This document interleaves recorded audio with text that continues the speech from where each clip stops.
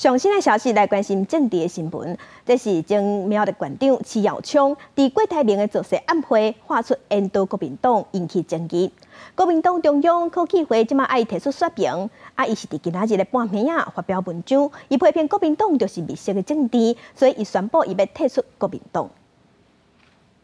各位，就是用这种的精神，我们不光要请民进党下架，更要下架国民党，让国民党彻底的反省。徐耀昌是伫8月70参加郭台铭造势暗会的时，爱大家团结起来烟倒国民党，爱互国民党甲民进党4年的时间会当落台好好去反省，爱大家同齐支持郭台铭。伊的发言讲话引起争议，国民党爱伫2时之前提出说明。那徐耀昌伫半暝是伫面册顶头宣布伊要退出国民党，伊表示8年的大党是一种公营，严格嘛是一款遗憾。伊讲遗憾的是国民党是超代志的政治，脱离民意失去方向，才会失去政权。